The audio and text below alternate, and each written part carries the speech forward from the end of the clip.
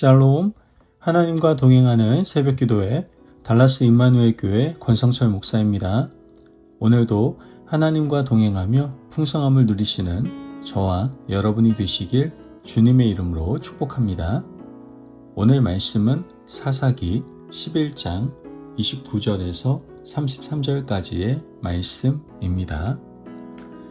이에 여호와의 영이 입다에게 임하시니 입다가 길르앗과 므낫세를 지나서 길르앗의 미스베에 이르고 길르앗의 미스베에서부터 암몬 자손에게로 나아갈 때에 그가 여호와께 서원하여 이르되 주께서 과연 암몬 자손을 내 손에 넘겨주시면 내가 암몬 자손에게서 평안히 돌아올 때에 누구든지 내 집 문에서 나와서 나를 영접하는 그는 여호와께 돌릴 것이니 내가 그를 번제물로 드리겠나이다 하니라.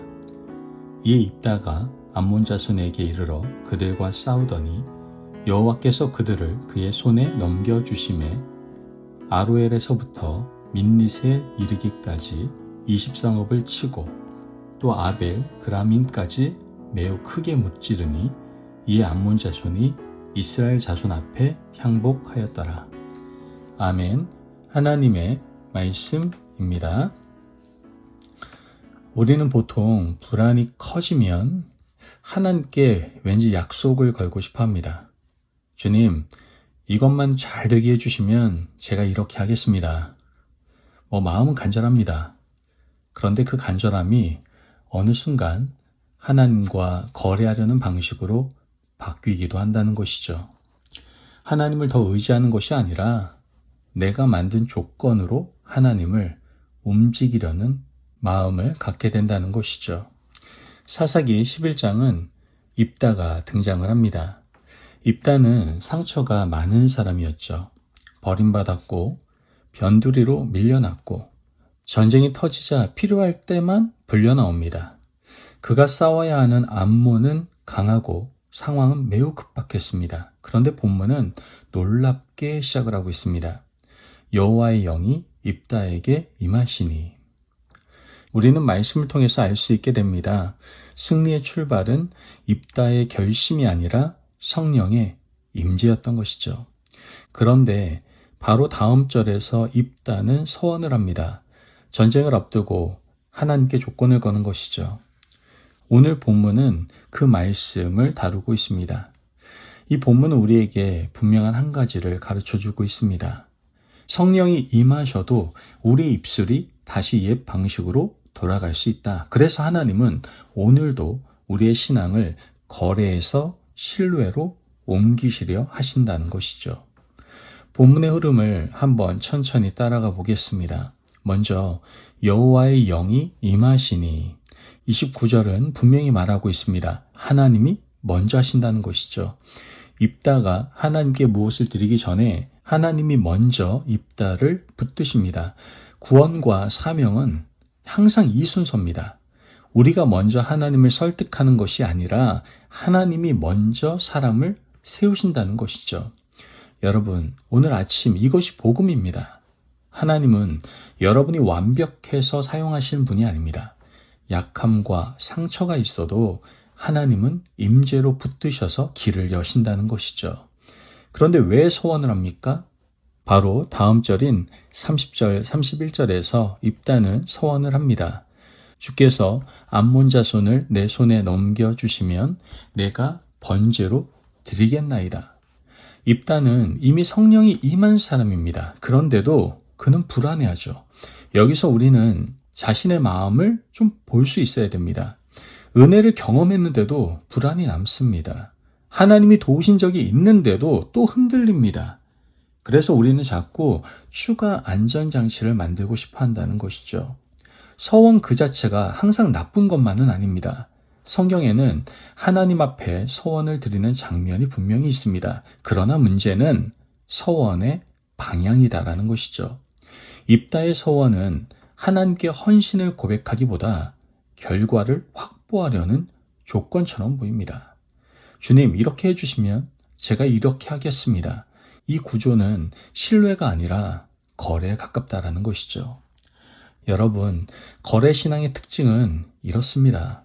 하나님이 주시면 믿고, 안 주시면 삐지고, 응답이 늦으면 불안해지고, 내가 약속을 더 걸면 될 것 같은 느낌을 갖습니다. 하지만 하나님은 우리의 조건에 묶이시는 분이 아닙니다.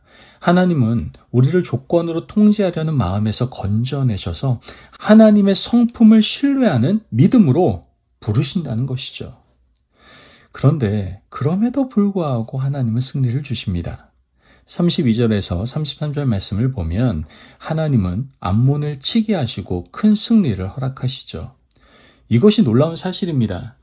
입다가 완벽한 믿음이라서가 아니라 하나님이 언약에 신실하시기 때문에 하나님은 백성을 긍휼히 여기시고 승리를 주신다는 것이죠. 여기서 우리는 두 가지를 동시에 배우게 됩니다. 먼저 하나님은 우리의 미성숙에도 불구하고 은혜를 베푸실 수 있다는 것이고, 또한 그렇다고 미성숙이 정당화되는 것은 아니죠. 하나님은 우리를 그대로 두지 않으시고 더 깊은 믿음으로 자라게 하신다는 겁니다. 오늘 우리가 택한 본문은 승리로 끝나지만 우리가 아는 것처럼 입다의 서원은 이후에 가장 가슴 아픈 결과로 이어집니다. 그 본문 전체 해석에는 여러 가지 견해가 있을 수 있지만 분명한 것은 경솔한 서원이 신앙을 병들게 한다는 경고가 포함되어 있다는 겁니다. 그래서 오늘 설교의 초점은 이겁니다. 성령의 임재를 받았다면 불안이 시키는 말이 아니라 믿음이 시키는 길을 따라야 한다는 것이죠. 오늘 말씀을 우리가 마음에 새기며 거래에서 신뢰로 옮길 수 있는 저와 여러분이 되시기를 간절히 바랍니다. 그러기 위해서 먼저 주님, 제가 무엇을 드릴까요? 보다 주님, 제가 무엇을 믿을까요? 라고 물어보시기를 바라요. 입다는 뭔가 더 걸어야 안심이 되었습니다. 하지만 하나님이 원하시는 질문은 이거예요. 주님, 오늘 제가 믿어야 할 주님의 약속은 무엇입니까?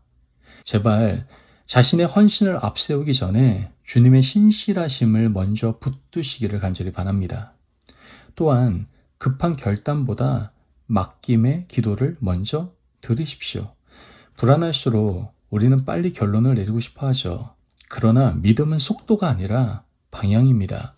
오늘 중요한 일이 있다면 이렇게 기도해 보세요. 주님, 제가 조건을 걸지 않겠습니다. 제 욕심을 내려놓고 주님의 뜻에 맡깁니다. 주님이 하시도록 제 마음을 지켜 주시옵소서. 마지막으로 성령의 임재를 구하며 오늘의 순종 한 걸음을 걸어가십시오. 본문에서 가장 중요한 문장은 29절입니다. 여호와의 영이 임하시니. 오늘도 동일합니다. 성령이 우리 안에 역사하실 때 우리는 불안의 언어가 아니라 믿음의 걸음을 선택할 수 있는 겁니다.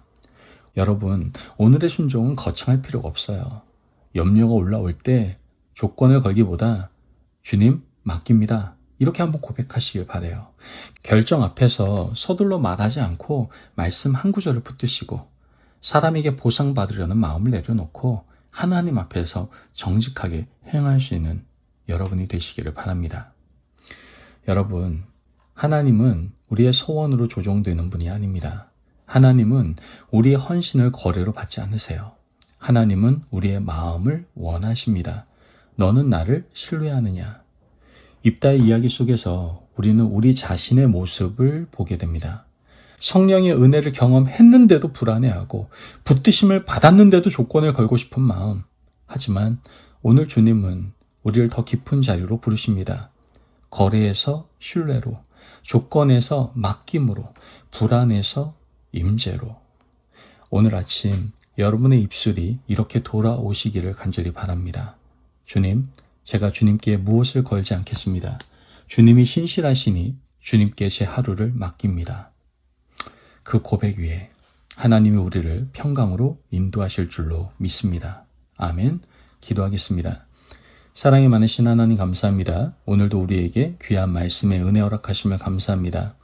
하나님, 우리가 불안할 때 주님과 거래하려 했던 우리의 마음을 용서해 주옵소서.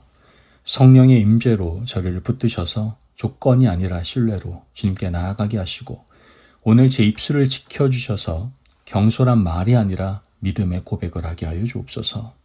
주님의 뜻을 구하며 제 하루를 맡기고 작은 순종으로 걸어가게 하셔서 제 승리의 근거가 제 결심이 아니라 주님의 신실하심임을 깨닫게 하여 주옵소서.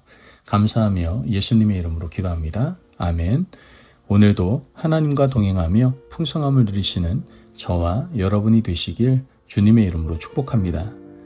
여러분, 하나님이 찾으시는 믿음은 급한 서원으로 거래하는 신앙이 아니라 성령의 임재를 따라 순종하며 맡기는 신앙입니다.